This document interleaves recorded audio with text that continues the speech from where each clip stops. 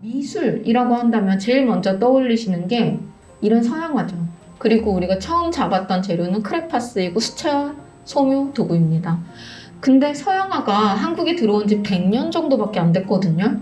100년밖에 안 됐는데 우리의 머릿속을 이렇게 바꿔놓은 거예요. 서양화보다 우리가 뛰어나요가 아니라 그래도 최소한 한국인은 한국의 미술을 알아야 되지 않을까?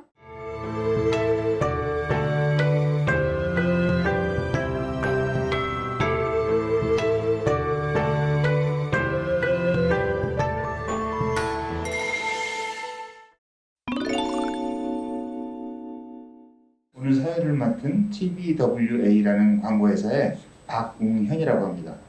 그리고 오늘이 마지막 날이죠. 한국화에 대해서 말씀을 같이 나누는 자리가 될 것 같고요. 오늘 진행은 김혜정 작가님이신데요. 작가님 박수로 맞아주시기 바랍니다. 저는 한국화가 한국화의 아이돌이라는 별명을 가지고 있는 한국화가 김현정입니다. 그래서 오늘 이 제목부터가 이제 한 폭의 동양화 속으로 무게형 그림 수업을 제목으로 잡았는데요.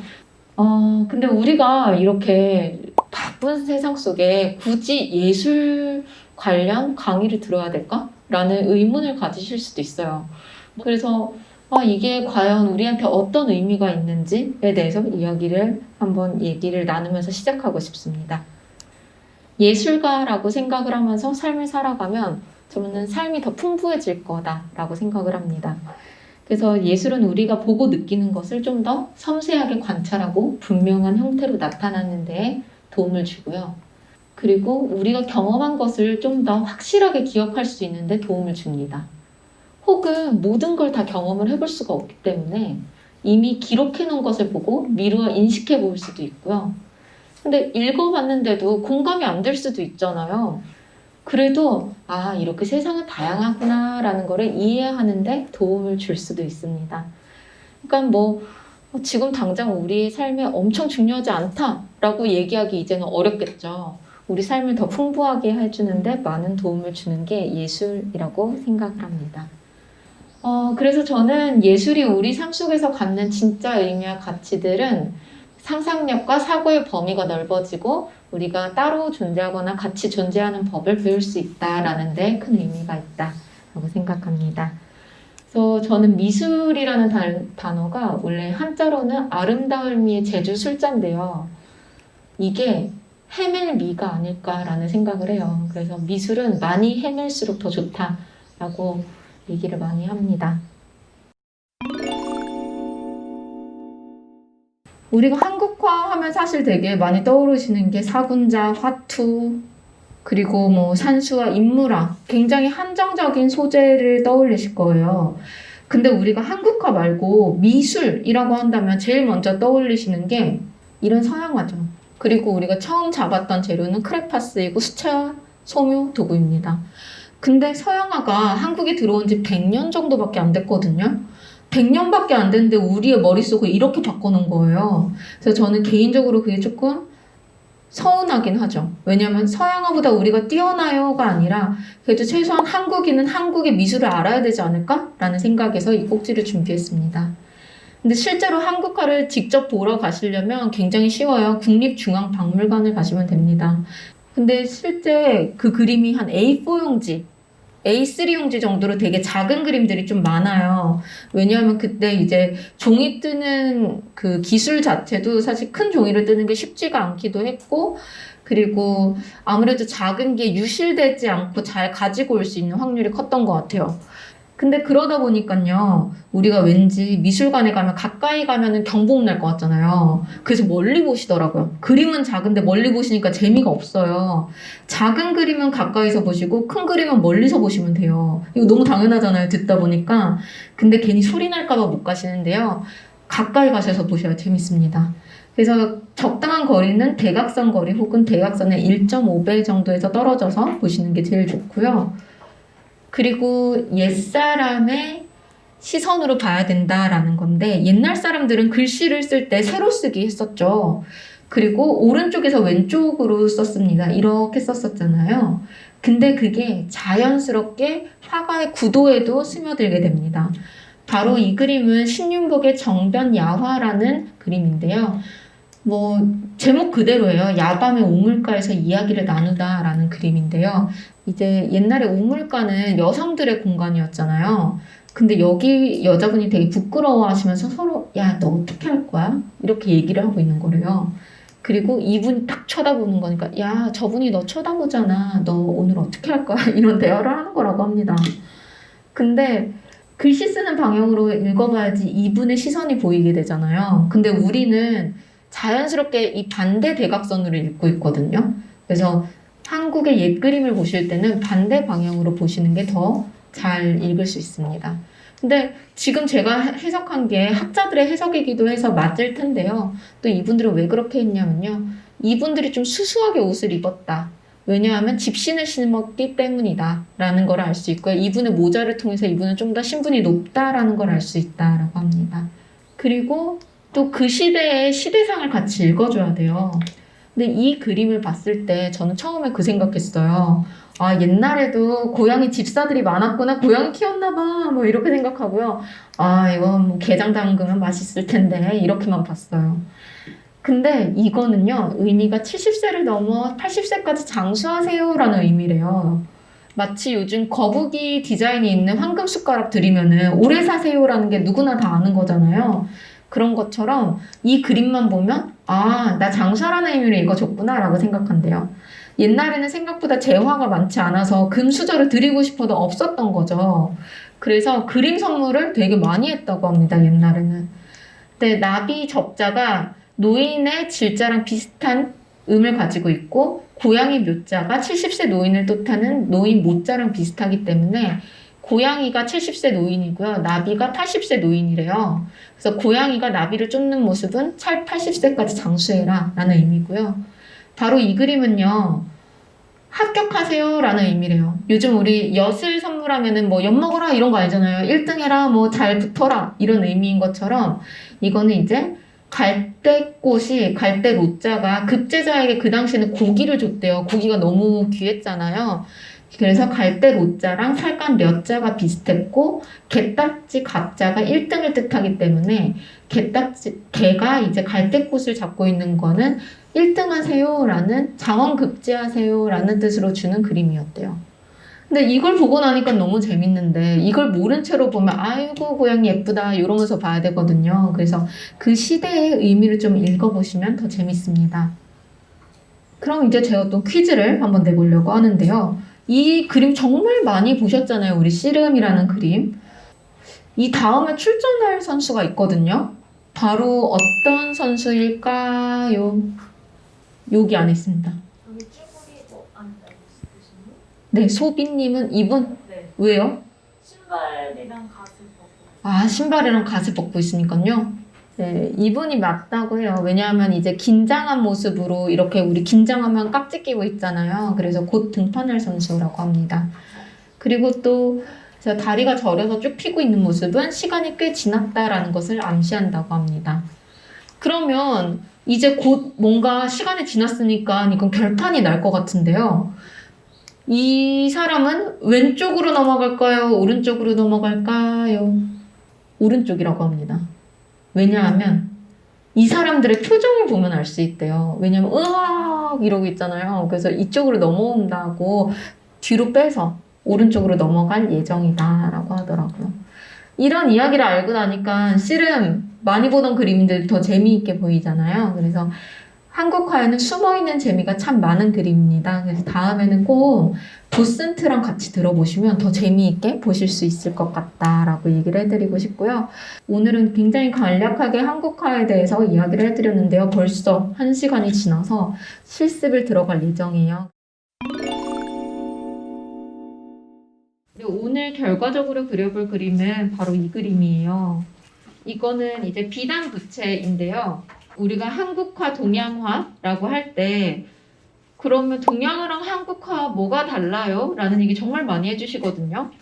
근데 일단은 동양화라고 한다면 한중 일의 그림을 뜻합니다. 그리고 각각의 좀 특징이 있기는 해요. 중국은 좀 더 먹의 전통이 강하고요. 일본은 채색의 전통이 강합니다. 근데 지리적으로도 중간에 있는 한국은요. 수묵과 채색을 적절히 쓴 수묵 단체의 전통이 더 깊어요. 그러니까 뭐 김홍도 그림이나 신윤복 그림을 떠올리시면 돼요. 먹이 베이스이지만 채색이 살짝 돼 있잖아요. 그런 베이스가 있는데요. 근데 그게 다는 아니고요. 이렇게 비단 그림에 한국의 정말 특징이 있어요. 배채라는 걸 한다는 거거든요. 배가 이제 배. 우리 진짜 배인데요. 뒤 배를 뜻해요. 뒷장에도 색칠을 한다는 뜻이에요. 제가 왜 앞뒤를 돌려가면서 보여드렸냐면 앞과 뒤를 칠하면서 색이 올라오게 만들어주는 기법을 쓰고 있거든요. 근데 이제 일본이나 중국은 한쪽 면만 칠하는 특징을 갖고 있습니다. 그래서 저희는 오늘 배채를 연습해 볼 거다라는 것도 얘기해 드리고요. 오늘 한번 동양화로 하는 우리가 컬러링 테라피를 해보자 라는 취지에서 준비했습니다. 오늘은 동양화 재료이다 보니까 동양화 재료 아주 간단하게 한번 설명드릴게요. 우리가 문방사우라고 하잖아요. 근데 문방사복도 같은 의미입니다. 근데 문방사우가 문방구 할 때 문방이에요. 그거를 문방구라고 얘기하는 거거든요. 그럼 왜 사우, 4명의 친구가 붙었느냐라고 하면 문인들이 얼마나 외로웠겠어요. 우리 공부 좀 외로워야지 되잖아요. 그러니까 이제 점점 붓이 내 친구 같아. 이런 경지가 이르신 거예요, 문인들이. 그래서 굉장히 우리 예쁜 펜 사는 거 좋아하잖아요. 그런 것처럼 특히나 먹이나 벼루 이런 거를 예쁜 거 사는데 초점을 많이 가지셨다고 해요. 그래서 우리가 아까 먹 만드는 과정도 많이 봤지만 먹은 2가지 종류가 있습니다. 유연먹, 송연먹이 있는데요. 유연먹 같은 경우는 기름을 태울 때 생기는 그을음으로 만든 먹이고요. 송연먹은 이제 소나무를 태울 때 생긴 그을음으로 만든 먹이에요. 그리고 벼루는 꼭 우리가 이런 돌벼루만 아는데 실제로는 도연, 철연, 석연이 있습니다. 석연이 돌벼루고요. 철연은 쇠로 만든 벼루고요. 도연은 도자기로도 만든 거거든요. 그러니까 한마디로 물을 넣고 먹만 갈아낼 수만 있으면 돼요. 근데 이제 좋은 벼루의 특징은 면이 매끄러우면서도 너무 그게 거칠면은 먹의 입자가 커져가지고 먹똥이라는 게 생기거든요. 그래서 먹물이 잘 마르지 않는 벼루가 좋은 벼루입니다. 근데 이제 벼루가 특히 문방사우 중에서도 가장 선비정신이랑 닮았대요. 왜냐하면 나는 돌처럼 변하지 않으리 이런 걸로 많이 투영을 했다라고 합니다. 그리고 붓의 종류에는 크게 양모필, 황모필이 있는데요. 양모필은 화이트, 흰 털이고요. 황모필은 이제 노란 털입니다. 그래서 선생님들한테도 한 자루씩 드렸거든요.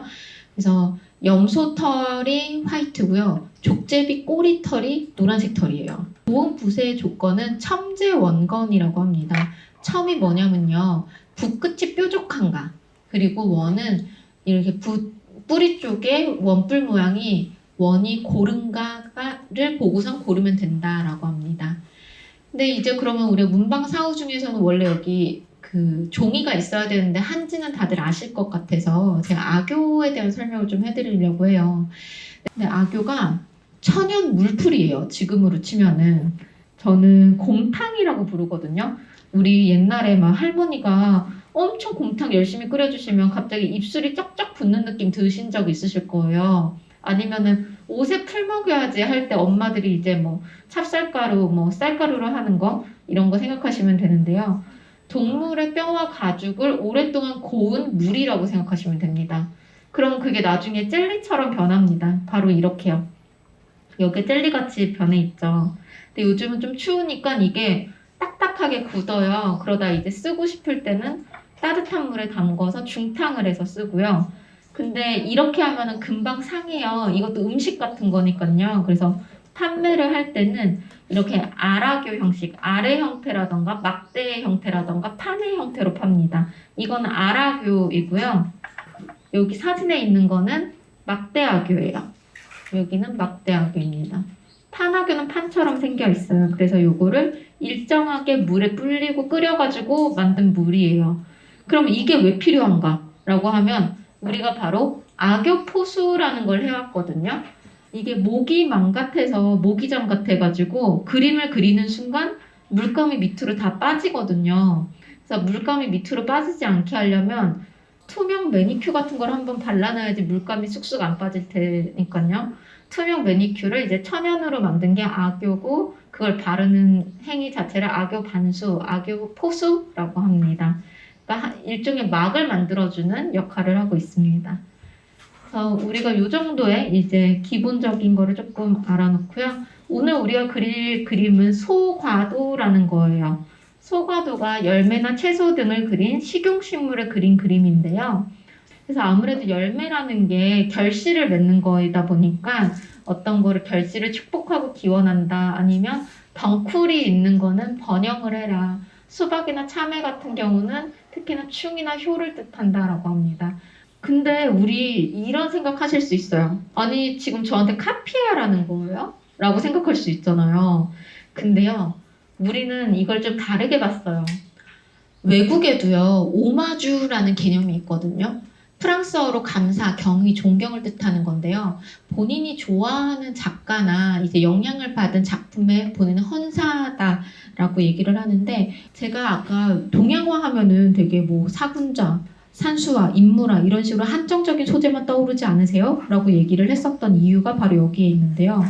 저희는 아직도 그렇기는 한데 마치 사투리처럼 스승님의 어떤 기법을 많이 쫓고 배우고 그걸 그대로 계승하는 데 되게 큰 의미를 둬요. 뭔가를 창작하는 데 큰 의미를 두기보다 어떻게 하면 선생님의 그림을 내가 그대로 잘 따라서 받을 수 있을까를 생각하거든요. 마치 판소리 받는 것처럼 그런 식으로 우리는 아예 개념이 좀 달랐던 것 같아요. 그래서 이제 오늘 그리시는 게 카피가 아니라 임무를 하시는 거다라는 이 단어를 기억해 주시길 바랍니다.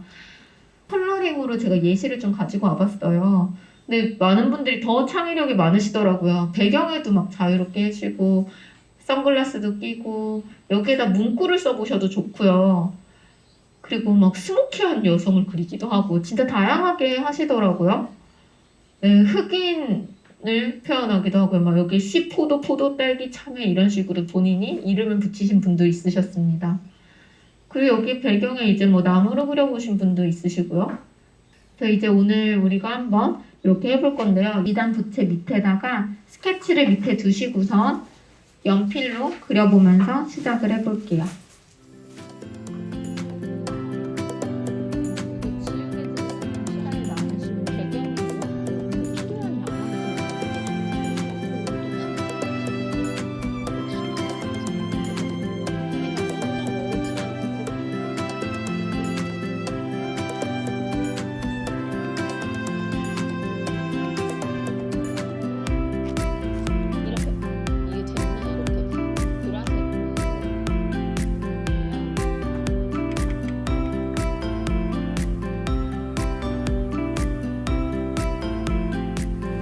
어떻게 즐기셨는지 모르겠어요. 날씨까지 좋아져가지고 진짜 운치 있는 가을 저녁이 된 것 같고요. 이야기는 진짜 풍성했고요. 구성은 정말 짜임새 있었고 준비는 빈틈없었고 진행은 세련됐었고 와. 걸어다니면서 한 사람씩 다 가주는 배려는 따뜻했었습니다. 정말 훌륭한 살롱을 진행해 주셨고요. 앞으로 좀 더 적극적으로 많은 활동을 해주시길 바라겠습니다. 네. 다시 한번 진행해 주신 그 김현정 작가님한테 따뜻한 박수 한번 부탁드립니다. 마치겠습니다.